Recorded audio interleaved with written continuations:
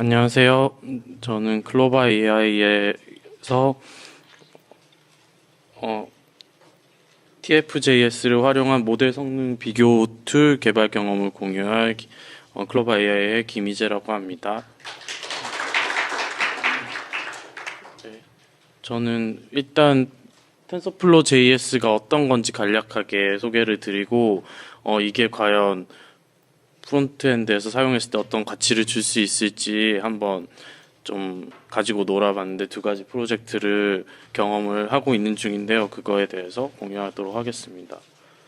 먼저 텐서플로우 JS는 요즘 제일 유명한 딥러닝 프레임워크인 구글의 텐서플로우를 이제 거의 동일하게 자바스크립트 기반에서 돌릴 수 있게 만든 건데, 일단 기존의 파이썬으로 프로그래밍하는 텐서플로우는 모델의 학습을 먼저 워크스테이션에서 아주 비싼 GPU를 가지고 개발을 하고, 그 다음에 클라우드에 그 모델을 디플로이 한 다음에 프론트엔드에서 거기다 API를 쏴서 이제 ML 기능을 제공하게 되는데요. 텐서플로우 JS에서는 브라우저 내에서 모델을 학습시키고 사용하고 이제 브라우저에 바로 디플로이도 할 수 있고 하는 장점이 있습니다. 그래서 텐서플로우를 활용할 수 있는 방법이 한 세 가지 정도로 이제 좁혀지던데요. 먼저 브라우저에서 얻은 데이터로 머신러닝 모델을 학습시켜서 사용하는 방법이 있습니다. 여기서는 웹캠의 이제 이미지를 각 방향별로 샘플링을 해서 이제 브라우저 내에 이제 이미지 분류기를 학습시킨 다음에 이제 게임을 컨트롤하게 되는 예제고요.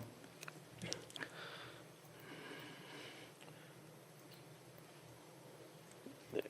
그리고 이제 저런 적은 데이터로 간단하게 학습시킬 수 있는 사례는 브라우저에서도 할 수 있지만 이런 포즈 디텍션 같은 모델은 브라우저에서 이제 그렇게 거대한 데이터셋으로 학습을 시켜야 되기 때문에 브라우저에서 할 수 없고, 이제 학습된 모델을 브라우저에 올려서 사용하는 게 굉장히 유용한 방법인데요.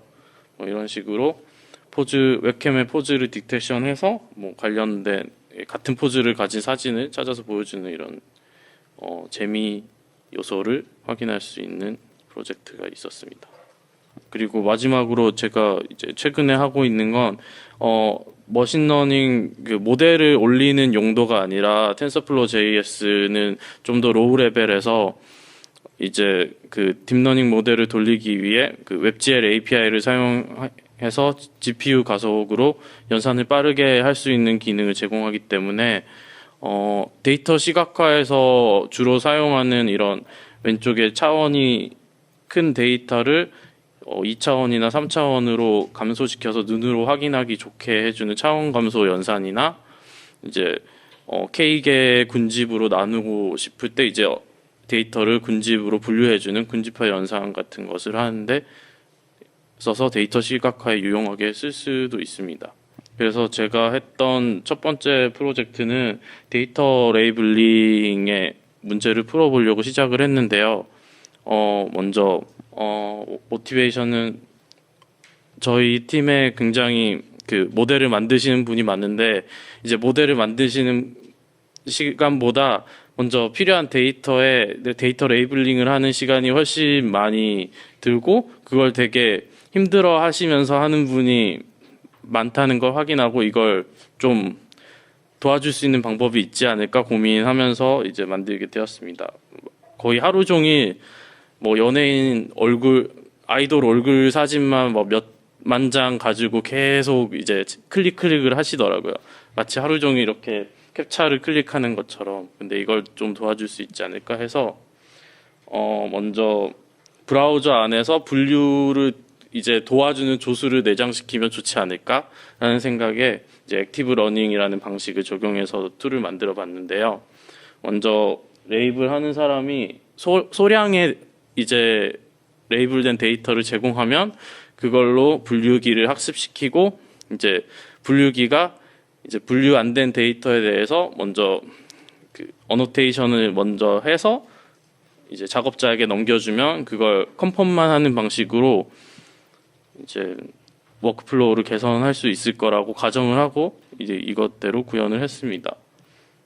그래서 먼저 데모를 보여드릴게요. 일단 브라운이랑 셀리 상품을 구분해주는 모델을 학습시키기 위해서 이제 레이블링을 해야 되는 상황인데요. 이렇게 압축된 이제 이미지 파일들을 쫙 올리고 이렇게 브라운 아니면 셀리가 있는데 먼저 저는 이제 브라운이나 셀리 둘 중 하나로 레이블링을 이제 800개를 다 해야 되니까 먼저 기본 아이템을 해보겠습니다.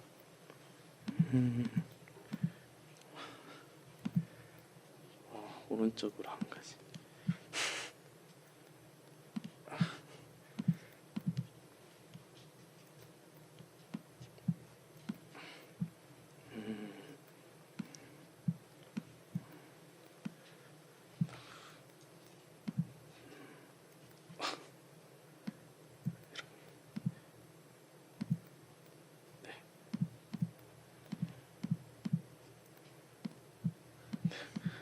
마우스가 안 가셔서.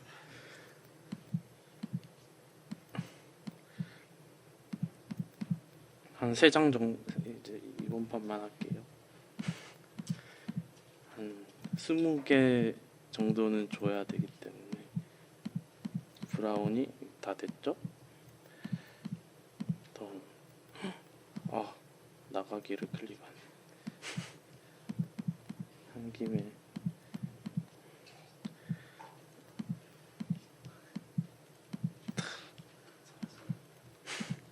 직접 하는 게 빠르게. 네, 이렇게 각 이미지마다 이제 30개 정도 레이블링이 됐고요. 이제 얘로 이제 가르쳐 보겠습니다. 그러면 이제 이 두 브라운이랑 셀리 이미지를 다 넣고 모델을 이제 텐서플로우 이용해서 학습시키게 되는데, 네, 이렇게 이제 오류 로스가 줄고 오큐러시가 이제 최고는 80이지만 평균적으로 54 정도 찍었네요. 이걸 54로 이제 어느 정도 도와줄 수 있는지 한번 조수의 도움을 받은 레이블링은 이제 약간 반대 방향으로 플로우를 하게 했습니다. 일단 브라운인 것 같은 걸 먼저 이제 AI가 먼저 뽑아주고 보여주면서 여기서 셀리만 찍어주면 이제 클릭 수가 주니까 그런 식으로 할 수 있게 그 브라운이 많이 나오네요. 3번만 클릭해도 되고.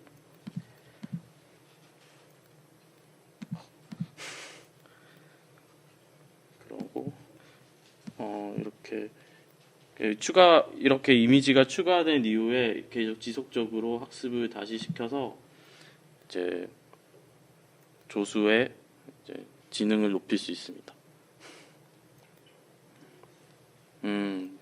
60%. 이번엔 셀리를 한번 갖다 달라고 해볼까요? 네, 하나만 하면 되네요. 네, 하나 빼고 다 셀리야 하고 말해주면 되게 편하게 그냥 일일이 모든 걸 클릭하는 것보다는 편하게 할 수 있는 플로우가 되는 것 같습니다. 네, 그래서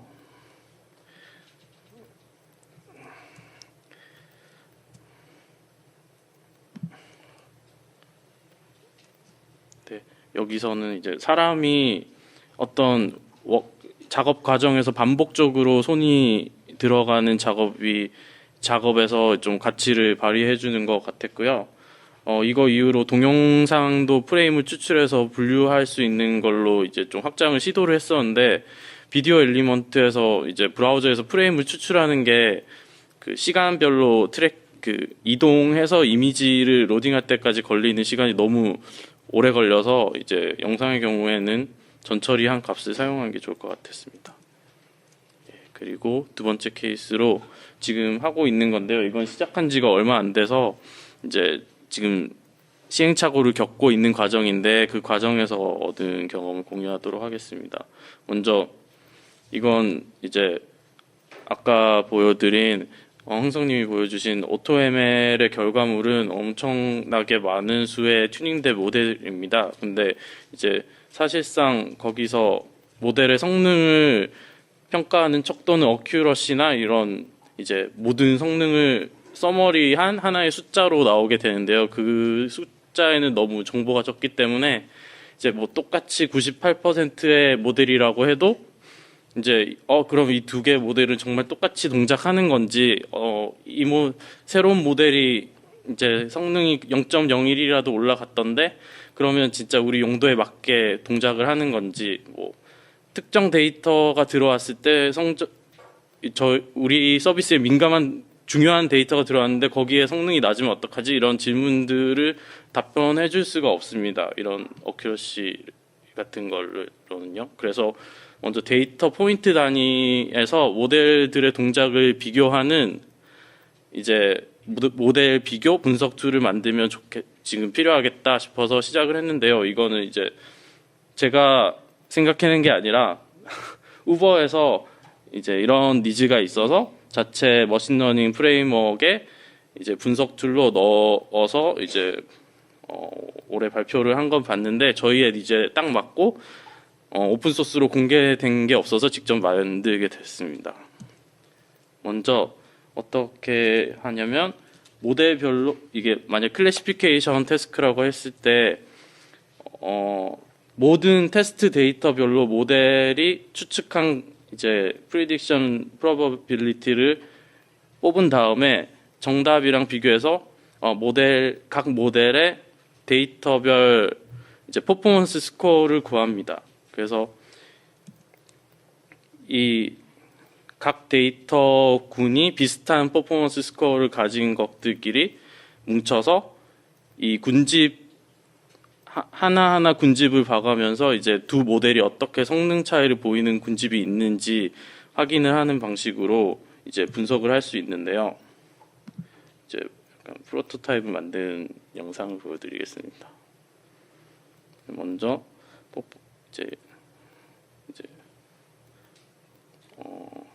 이제 이런 CSV 파일을 만들어서 드래그 앤 드롭하면 지금 이거는 모델 하나에 대한 이제 퍼포먼스 값을 시각한 거고요. X축이 이제 로스 오차 값이라서 왼쪽으로 몰려 있는 군집일수록 이제 성적이 잘 나오는 거고 지금 상단에 오른쪽으로 몰려 있는 군집들이 있으면 이건 이제 성능이 안 좋은 저희가 관심을 가져야 하는 군집들입니다. 데이터 군집들입니다. 히스토그램으로 시각화를 한 거고요. 이제 모델 두 개에 대한 걸 시각화를 해보면 이제 성능이 좋은 건 이렇게 두 색깔이 겹쳐져서 뭐 별로 차이가 없는데 이렇게 성능 차이가 나는 뭐 푸른색인 경우에 뭐 모델 A, 빨간색인 경우에 모델 B에 대한 성적이라고 볼 수 있는데 이렇게 특정 군집들이 성능의 차이가 보이고 이 데이터들이 어떤 종류의 데이터들인지 확인을 하면 이제 모델의 리스크에 대해서 파악하고 어떻게 동작할지 파악할 수 있을 것 같습니다.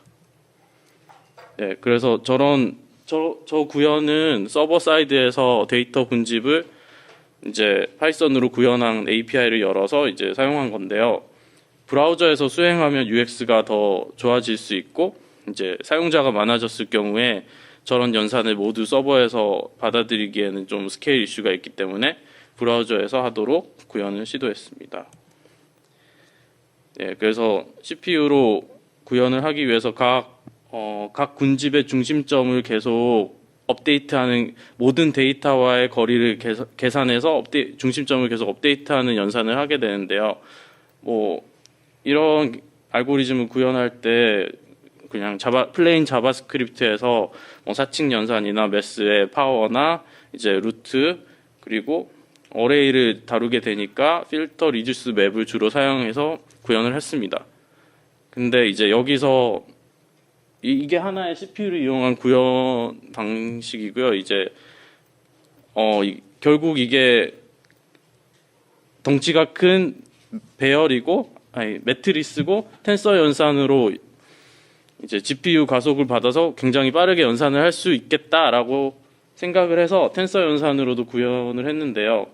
텐서플로우 JS를 이용해서 거기서 사용한 연산자들은 똑같진 않고 좀 많이 결이 다릅니다. 왜냐하면 이제 뭐 어레이를 다루듯이 하나하나 엘리먼트를 이제 순회하면서 계산하는 방식이 아니라 전체 매트리스의 크기를 바꾸고 전체를 다 같이 합쳐버리고 이런 방식으로 하기 때문에 좀 구현 방법이 달랐습니다.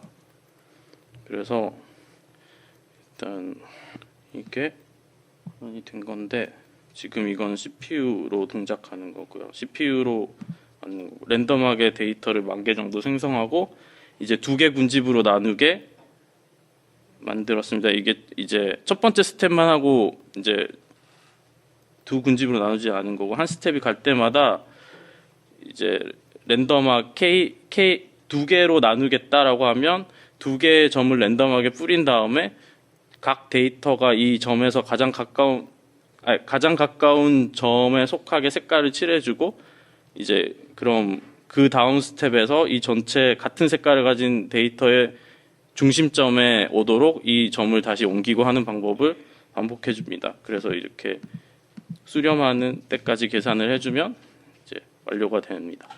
그래서 지금 10,000개라도 CPU로 구현했을 때 너무 잘 돌아가서 GPU로 해볼까 이렇게 해보면 어떨까 하고 의심을 했는데요. 그래서 GPU로 돌아가게 하면